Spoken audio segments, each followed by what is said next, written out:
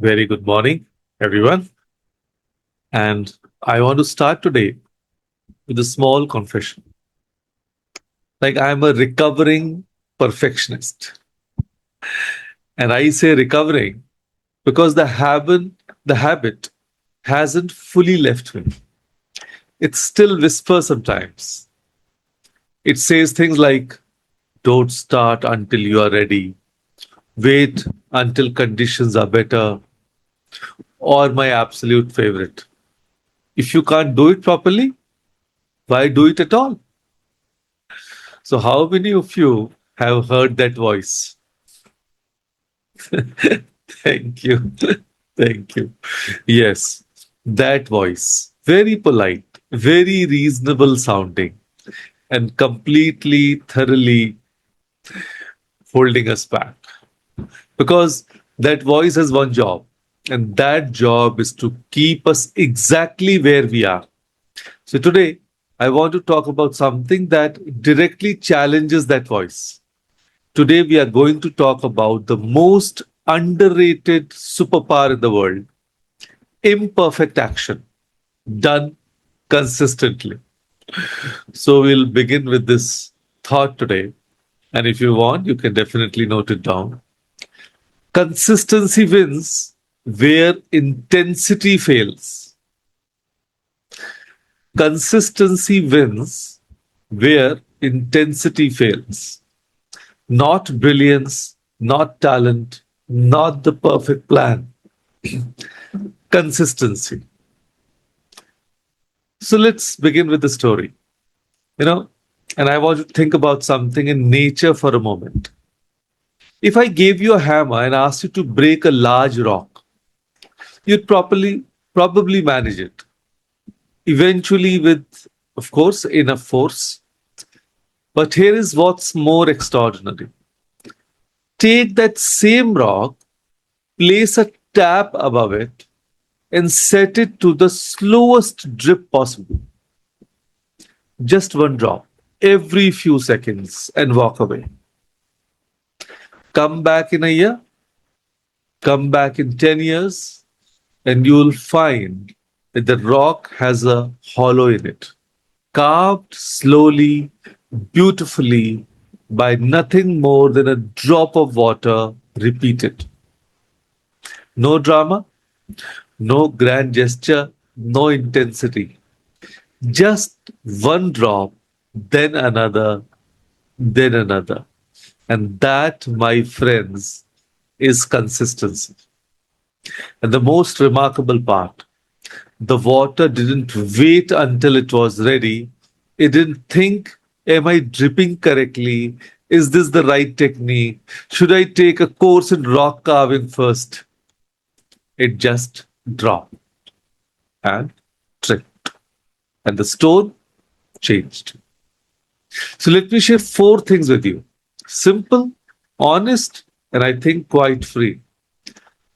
Because these are like four truths worth keeping. Number one, imperfect action creates momentum. Yes. So let me tell you about Priya. She works in an office. She's been wanting to journal, to clear her head, process her thoughts for over a year. But every time she sits down, she feels the pressure to write something meaningful, something deep. So she writes nothing. And the thoughts keep swirling. And here's what I would tell Priya: write one sentence, even if it's just today was long and I'm tired. That's it. That's the journal entry. Because the act of opening the notebook, that's the muscle. And muscles grow with use, not with perfection. Truth number two: waiting for perfect conditions is how years disappear. So let me tell you about Meenaji. She's been wanting to start cooking healthier meals for her family. But the good kadhai is at her daughter's place. And the millet flour she read about isn't available in the local kirana store. And she hasn't had time to watch the full tutorial series yet. Meanwhile, 6 months have passed. The family is still eating the same food. The perfect conditions never arrived because perfect conditions by definition never arrive. One small swap, one day, and that's where it begins. Number three, small, repeated actions create mastery. And now for the gentleman. Yes, Suresh Bhai has been meaning to learn a little English, just enough to feel confident at the bank, at the doctor's office, in conversations with his children's colleagues. He imagines he needs a course, a proper course, with a teacher and a schedule and a certificate perhaps. But what if every morning, while his tea is brewing, he learns just one new word, writes it down, says it loud twice? That's it. 365 days later, Suresh Bhai knows 365 words he didn't know before. And that is not nothing. That is the beginning of fluency. Mastery is not a leap. Mastery is a streak. Number four, frequency matters more than perfection. And this is the one I wanted to hold the tightest. It is better to walk for 15 minutes every day than to walk for 2 hours once a week.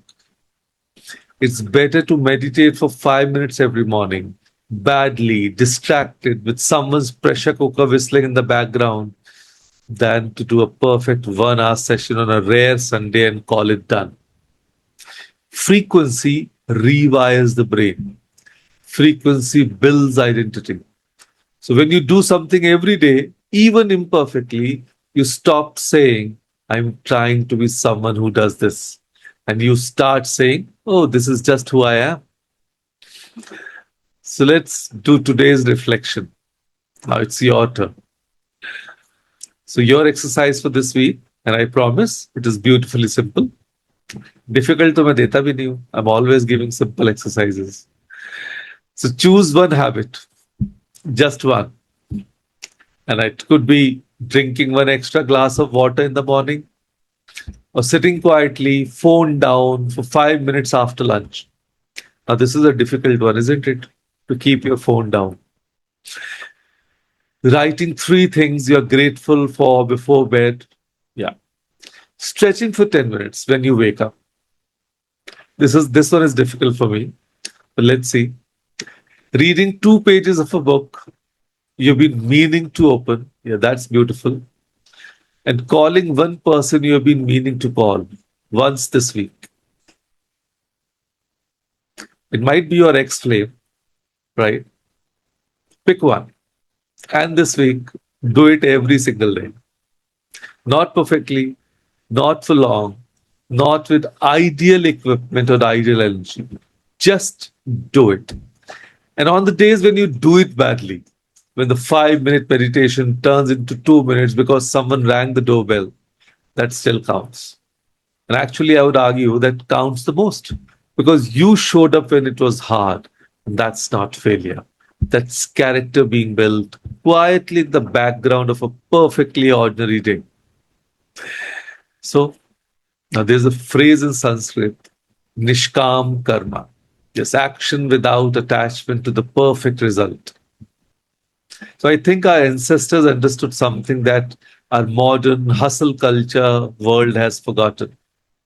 The act itself is the reward. The showing up is the transformation. So we are so focused on the destination that we forget we become who we are in the doing, not in the arriving. You don't become a patient person by deciding to be patient one day. You become patient by choosing patience imperfectly, repeatedly, every day, until one morning you realize it has quietly become a part of you. And after joining graphology, nowadays we always see Shilpa ji is testing her patience, right? But that's how all good things are built. Not in one grand moment, but in 1,000 small, ordinary, imperfect ones. So here is what I want you to do before this week ends. Name your one habit, say it out loud, to yourself, to a friend, to the mirror, and then start today. Not tomorrow, not from Monday. Today, imperfectly, bravely now. So, because the version of you that you're trying to reach, she isn't waiting for you to be ready. She's just waiting for you to begin. And with that thought, thank you. Thank you, everyone, for joining us today. Thank you.